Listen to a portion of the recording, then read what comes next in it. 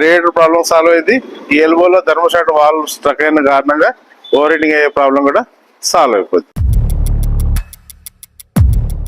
Dear friends, ఈ వీడియోలోని content మీకు నచ్చినట్టయితే లైక్ చేయండి, షేర్ చేయండి, 10 మందికి కూడా పంపించండి. ఇంకో విషయం ఏంటంటే, మీరు స్క్రీన్ మీద నా ఫోన్ నెంబర్ డిస్ప్లే అవుతుంది, అయినా కూడా చాలామంది కస్టమర్స్ అడ్రస్ లొకేషన్ అడుగుతున్నారు.